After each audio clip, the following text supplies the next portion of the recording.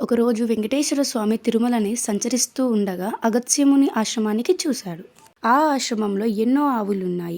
ఒక ఆవును నేను పెంచుకుంటే ఎంత బాగుంటుందో అని అలా నడుచుకుంటూ ఆశ్రమం దగ్గరికి వెళ్తాడు. నన్ను శ్రీనివాసుడు అని పిలుస్తారు. మీ ఆశ్రమంలో చాలా గోవులు ఉన్నాయి కదా, నాకు ఒక గోవుని పెంచుకోవాలనుంది. మీరు ఒక గోవుని ఇస్తారా అని ఆ గోవుల కాపరిని అడుగుతాడు. ఆ గోవుల కాపరి ఆయనని చూడగానే వచ్చింది సాక్షాత్ ఆ శ్రీ మహావిష్ణువే అని గ్రహించి, స్వామివారే నా వద్దకు వచ్చి భిక్షం కోరుతున్నారా అని ఎంతో సంతోషిస్తారు.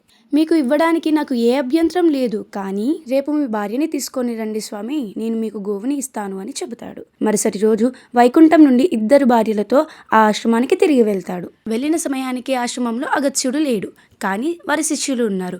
వారి శిష్యులని అడిగితే మాకేం తెలీదు, మా గురువు గారు మాకేం చెప్పలేదు అని అంటారు. అది విన్న వెంకటేశ్వర స్వామికి కోపం వచ్చి భార్యలతో తిరిగి వెళ్ళిపోతాడు. కొంత సమయానికి ఆశ్రమానికి అగస్త్యుడు వస్తాడు.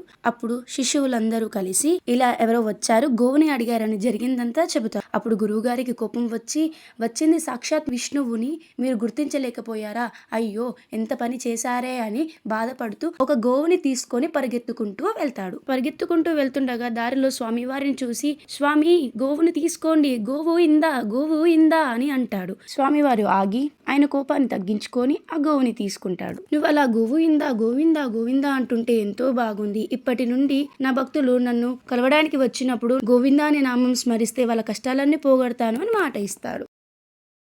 స్వామివారికి పువ్వులు రోజు సమర్పించాలి, ఇక్కడే ఒక తోట పెడుదాం అని ఒక స్వామి భక్తుడు అనుకొని తోట కోసం అతను మరియు ఆయన భార్య పనిని ప్రారంభిస్తారు. అతని భార్య నిండు గర్భిణి.